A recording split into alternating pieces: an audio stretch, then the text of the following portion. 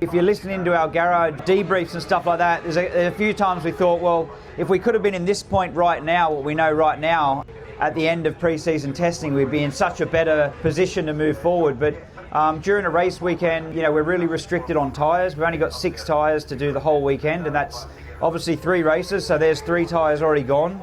Then you've got 3 practices and 2 qualifiers if you don't get directly through to Q2. So how do you make 3 tyres spread over 5 sessions? It's quite a challenge. And then if you want to then make a change to the bike, unless you use a new tyre when you make the change and prior to the change, and then another new tyre after the change, so you've got consistency, you don't know if you've actually improved the bike or it was just the fact that the tyre's getting old, or it's so hard during a race weekend to actually progress the bike. So we're heavily relying on doing private testing, but obviously that's expenses and things come into play, and availability for the tracks and opportunity. So it really feels like we're in a rock and a hard place where we're desperate to make progress, but the natural world that we live in is prohibiting that natural progress. So we've just got to work with what we've got.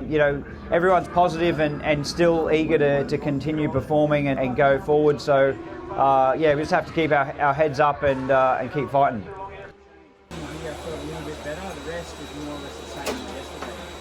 Cadwell's obviously a very different track to everywhere else we race.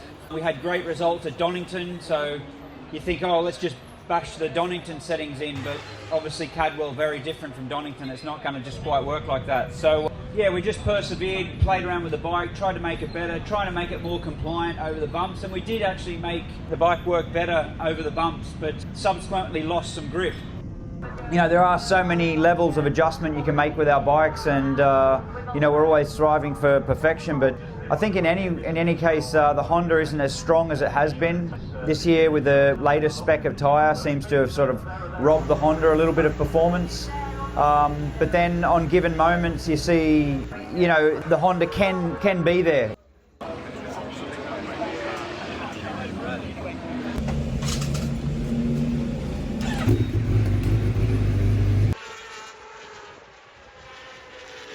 I went out in the FP2 practice, and I was probably one of the first to put in a new tyre. So did a 26.2, which is a pretty respectable time for Cadwell Park. Went up to 5th position, but later in the session, obviously everyone else were putting new tyres in and doing the same thing, and I kind of got dropped back down to 13th. So just one place outside of the Q1, directly to Q2, so I had to go through Q1. Here we are at Cadwell Park at the base of the mountain, the only place you'll see superbikes jumping and getting airborne. And the best way to do that is to get a really tight apex on the exit of this left, which opens up the right-hander to carry as much speed as possible, and get the bike upright as you can to jump up the jump face. And the bike will kind of load up at the base of the jump, and then as the speed of the bike carries you forward, the natural dropping away at the top of the jump will send the bike into the air, and then it's up to the rider to control the position, ready to land again and accelerate forward into Hall Bends.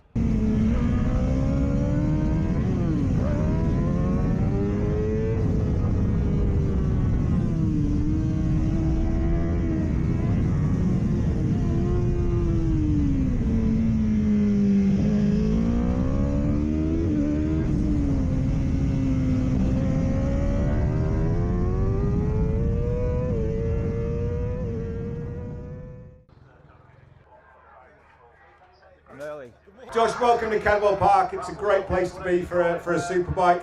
You've had some great success around here in the past. How's things been so far? Well, this morning I've had the Ixon media team come and see me. We've been working with them every day, and they strapped a camera on me and told me to ride up to here so they could video the process of getting from the trailer up to the fan zone. So that's why I've got a camera strapped to me. I did wonder where the camera had come from, actually. Yeah. It's nice to see that on there. I think I'm allowed to take it off now, but I thought, you know what, I'll just leave it on. People can get involved. Yeah, honestly, I haven't really even thought about where I am in the championship. It's, you know, whether I'm in front of Tommy or behind him or in front of a bunch of people. We're not just trying to be the fastest Honda. We want to be better in every way, and we want to rival all the different brands and all the different riders and be strong all the time. So, you know, we just got to keep our head down, keep working, and, you know, refine the package a bit further. I know it's a bit of a boring sort of interview to hear the excuses, you know, that come out, but ultimately that's what we've got to do, is keep working at the bike and try and make it better. You know, it's I don't think it's an issue of speed. I don't think the bike's lacking in speed in any way, but it's you know, it's how you get that power to the ground, you know, and the way that the suspension works, the way the engine works, the way the fueling is adjusted. It all affects how that power that the engine's producing is directed through all the drivetrain and then into the tyre, and how the suspension's keeping that tyre on the track. And at the moment, we're not doing the best job. You know, whether it's a chassis strength or flex issue, or whether it's a suspension issue. But you know, there's a variety of different bikes and combinations. You know, like official Honda have Öhlins, and so does like Tag Racing Honda have got Öhlins, and then like we've got K-Tech, and others have K-Tech as well. So there's a good mixture of different suspension components, and yet there's this consistent element of the bike. Sort of often, you know, you'll see a Honda's say 4th, 5th, 6th position, you know what I mean? Like they're all bunched together as a group, and it's a bunch of different teams. So that sort of indicates, you know, that's more of in that moment, that's where the bike's capable of being. But then when you see, you know, Tommy in P2 and me in P13, that's maybe more of a personal setup issue or team related. You know, so you can see there's variations in how we're all attacking this same task. So, yeah, persevered with the settings, went into qualifying, didn't qualify so well. The time I did yesterday should have been easily fast enough to get into Q2 today, but we made some changes to the bike, and that was, you know, mostly to do with the rear, but what I ended up feeling was a lot of chatter in the front. So we've probably made some improvements with the rear, but that energy transferring over to the front end of the bike caused chatter. We made a quick sort of like desperate change during the qualifying to try and rectify that, but it just made the bike kind of too much on its nose. I sort of stopped starting a little bit too much. So I wasn't able to match my best time of yesterday, and unfortunately didn't get through to the 1 lap qualifying today. So yeah, that's how it is. I have to suffer the consequences.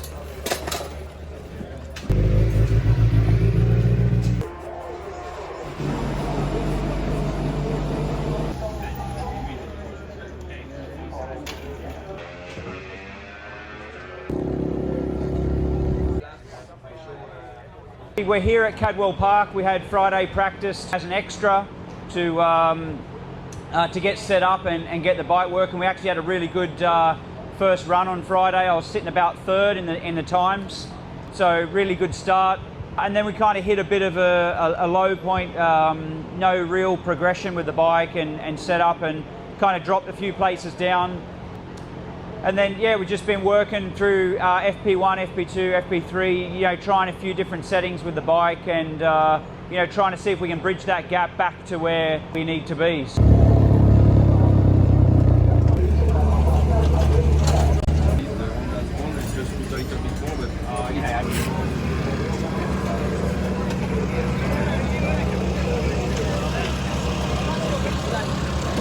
Went into the first race, lost a lot of positions, and just didn't really have a very positive sort of finish to the day, and things were sort of a little bit negative towards the end of yesterday evening, and we're just sort of like trying to kind of collaborate together and find a way to move forward. And ultimately what we come up with overnight this morning was sometimes you've got to swallow your pride a bit and just go back to where things were previously at their best. So I've got a bike that's kind of a little bit harsh over the bumps. It sort of isn't kind of handling, let's say, the way I would like it to, or the way we think it should around here, but we've got a bit of grip back.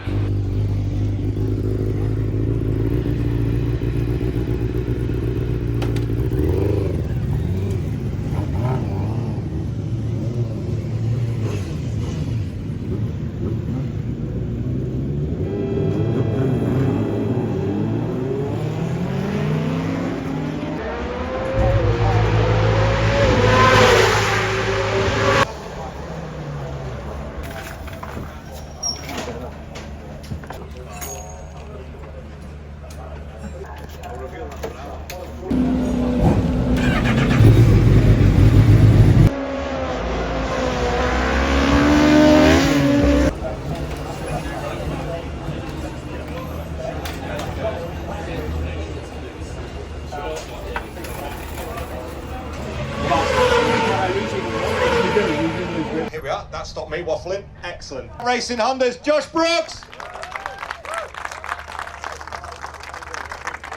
Yeah, quite a challenge. I do like coming to Cadwell for the jump. The track is super narrow, so on a superbikes it's quite a challenging circuit just to get round, let alone with 25 other maniacs trying to fight for position. So it certainly keeps the adrenaline high. But this weekend, just to add to insult, my crew chief Ben Stafford, his partner's expecting their first child this weekend, so he's been summoned to be at home and be there at any moment when it should happen. So we're kind of running a skeleton crew, and although that shouldn't really affect too much of the running process of how we work on the bike, all the same people that operate, the wheel changes, the fueling, and all the steps that we make with the bike, the mechanics are all the same. But basically, the crew chief's role is he's like the conductor of the orchestra.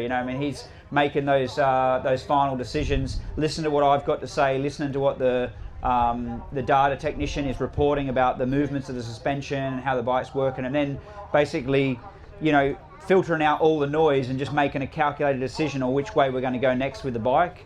So this weekend's been a little bit, I guess, disrupted with a clear direction of what each change is going to be. I think even with Ben here or without, we were going to have a struggle this weekend, just basically feeling how the bike's felt.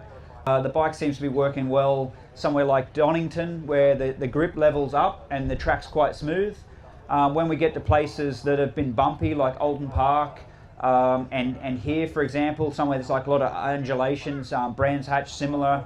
We've sort of faced a few more issues where the bike's not really compliant and following the roads, kind of reacting off all the bumps, and making it quite hard for me just to, feel at ease and ride the bike to the limit that I need to be competitive.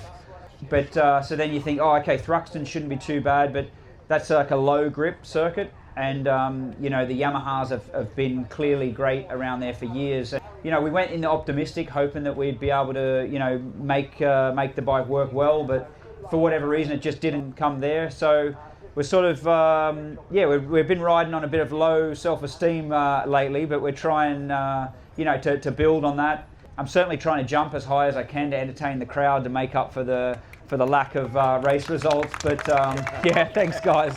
I do enjoy it, but I just love to be able to get that feeling back, where I can just rail through a corner and feel like it's really working for me. We'll just have to keep working. If it was easy, as they say, everyone would be doing it, but it's not. And I envy the guys at the front. I've been there before. I know what it feels like. I'm just desperate to try and get back there again.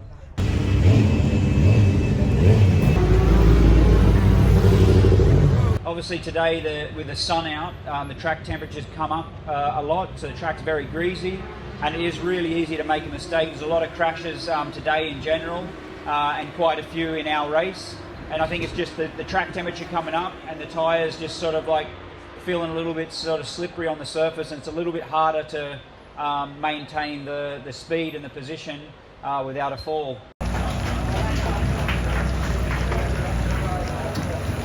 Thank you very much for being part of the Dale Racing VIP hospitality. Hopefully you've been well looked after by the staff. This is a part of the day where the riders get up front and sort of tell you a bit about how the weekend's been going. We're going to look for the marginal gains. Unfortunately, I'd love to say, we're going to make big improvements for the next race and have great results for you to cheer for. But we just have to be realistic and just focus on the small steps at this point. I think I can go better than I did in the race we just finished. We don't want to obviously disrupt the improvements we've made. So we have to be careful to try and make a step that maybe make the bike feel a bit nicer, but we definitely don't want to lose any of that critical, valuable grip. Yeah, I always try my hardest to entertain the crowd. It'd be lovely to entertain with some top front running position. I don't feel like that's on the cards this weekend. We've got a lot of work to do, but I don't love Cadwell, but I love the crowd at Cadwell. It's always good atmosphere. Great support for everybody on the grid with the crowd. It looks great standing here looking up at all the people that come to watch us race, and I'm still loving it, enjoying it, and just want to go a bit quicker.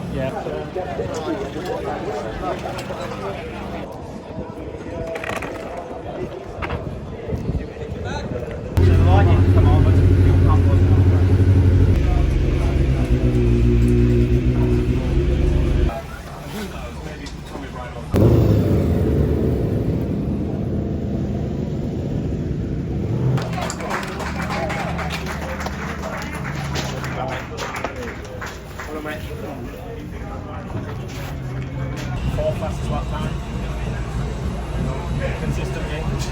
What can I say?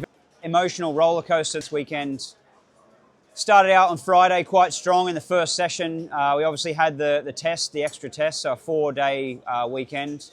Unfortunately had a disappointing race yesterday, struggled with a low grip issue. So overnight everyone sort of got their heads together and tried to fight our way out of this hollow. And fortunately for the opening race today, we did make a good improvement. The bike was better. Obviously starting back down the grid is quite damaging to the results, but we did get a slightly better lap time in the opening race today, got a better grid position for the final race, and then also with the changes we made overnight, we're able to make a fine tune from race 2 to race 3 and got even a better feeling on the bike and moved up for a final finish of 10th position. So that's actually quite a good result considering where we've been earlier in the weekend. So yeah, we just have to accept the position we're in and try and be stronger going forward.